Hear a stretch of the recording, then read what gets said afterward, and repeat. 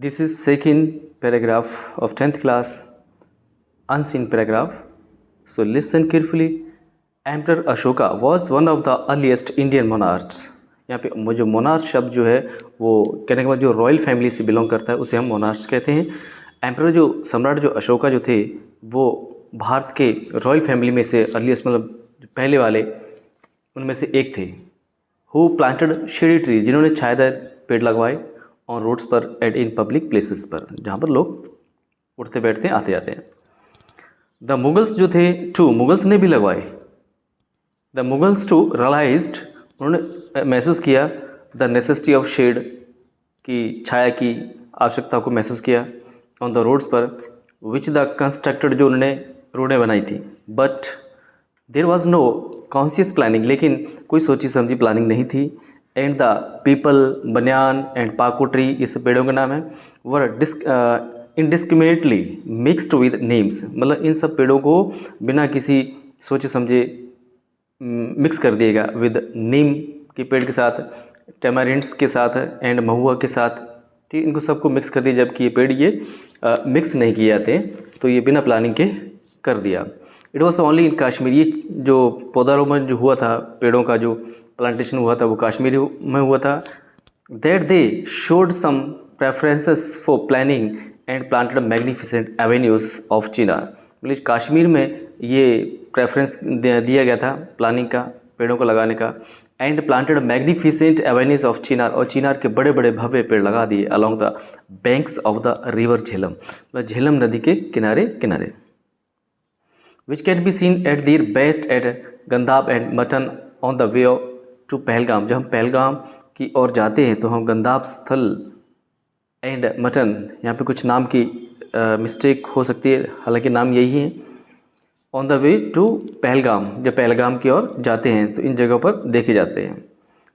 Plantation plan for our national, state and district highway is urgently needed, ये बात सही है कि जो पौधारोपण या पेड़ों का लगाना जो है वो नेशनल जितने भी हाईवेज़ है या स्टेट हाईवेज़ हैं या डिस्ट्रिक्ट हाईवेज़ है, अर्जेंटली नीडेड, मतलब पेड़ों की उन्हें तुरंत आवश्यकता है। एट प्रेजेंट, वर्तमान में, our roads are planted by the PWD, वर्तमान में जो पेड़ जो लगाए जाते हैं रोड के किनारे वो PWD के द्वारा ही लगाए जाते हैं। By the PWD engineers who are ignorant of the tree, जो कि वो पेड़ों को अनदेखा कर देते हैं। क्यों? अल्टीमेटली प्राय होता क्या, the planting of new trees, मतलब जब नए पौधे लगाते हैं, एंड या फिर रिप्लेसमेंट ऑफ डेड ट्रीज, या कहीं पर पेड़ ख़त्म हो गया है, जल गया है, तो उसकी जगह पर क्या करते हैं, is left to gardens along, मतलब ये जो रिप्लेसमेंट हो गया है, नए पेड़ों को लगाना जो गया वो सिर्फ एक गार्डनर पर छोड़ दिया जाता है, गार्डनर्स जो उसकी देखभाल करता है पेड़ों की, अलोन सिर्फ अकेले।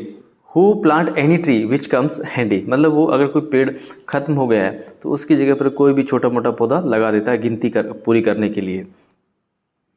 The result has been unfortunate, और इसका जो परिणाम है वो अभाग्यशाली निकलता है। And our road side avenues जो है, रोड साइड के जो किनारे हैं, have become a mixture of old trees, वो भिन्न भिन्न पेड़ों का एक मिक्सचर बन गया है जो सही सिस्टम से लगने चाहिए इस प्रकार से नहीं लगे हैं, मतलब कहीं कोई पेड़ लगा दिया, कहीं कोई पेड़ लगा दिया, इस प्रकार से पेड़ लगे हैं। अब इसी पैराग्राफ में से क्वेश्चन जो है आपका देखिए, हु प्लांटेड शेडी ट्रीज, यहाँ पे छायादार पेड़ किसने लगाए, तो इसमें से 4 ऑप्शन दिए गए हैं। तो अभी हम अशोका के बारे में पढ़ रहे हैं, तो यहाँ पे बी ऑप्शन अशोका, मतलब अशोक, हिंदी में अशोका बोल देते हैं, इंग्लिश में अशोका बोल देते हैं, हिंदी में अशोक कहते देते हैं हम। The Mughals planted the magnificent avenues of Chinar in, Mughals ने चिनार के बड़े बड़े भव्य पेड़ कहाँ लगाए, तो ऑप्शन हम कश्मीर की ही पढ़ रहे हैं, तो इसमें Kashmir. Third, who was Ashoka, मतलब अशोक कौन थे, तो इसमें देखिए ऑप्शन दे रखे हैं आपके फिर से 4, तो इंडियन मोनार्च थे वो। Fourth, which plants were planted along the bank of river Jhelum, Jhelum नदी के किनारे कौन से पेड़ लगाए गए थे, तो इसमें ऑप्शन दे रखे हैं नीम, पीपल, बनियान, चिनार, तो इसमें जो ऑप्शन है आपका चिनार आएगा। Fifth, at present our roads are planted by, वर्तमान में हमारी जो रोड्स हैं वो किसके द्वारा प्लांटेड की जाती हैं? PWD के द्वारा।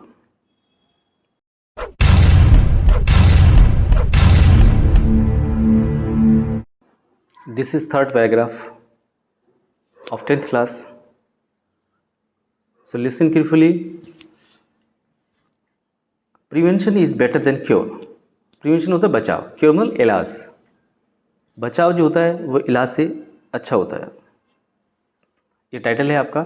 एंड इट इज़ रिकॉग्नाइज्ड, और ऐसा जाना जाता है, that the only way to get rid of malaria, यदि आप मलेरिया पर काबू पाना चाहते हैं तो एक ही तरीका है, completely is to get rid of the mosquitoes.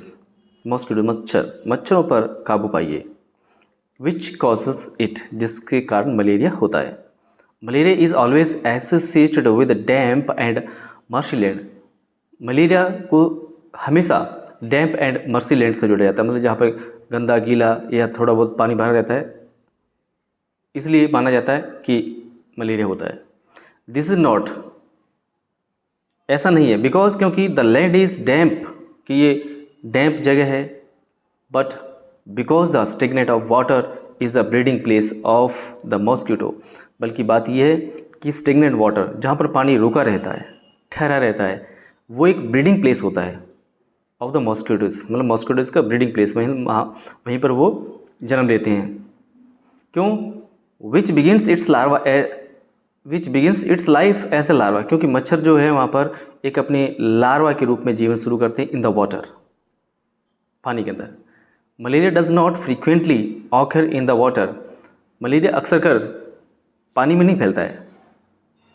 Malaria does not frequently occur in dry desert countries, ना ही जहाँ पर सूखे देश होते हैं, अधिक गर्मी पड़ती है कह सकते हैं, वहाँ फैलता है।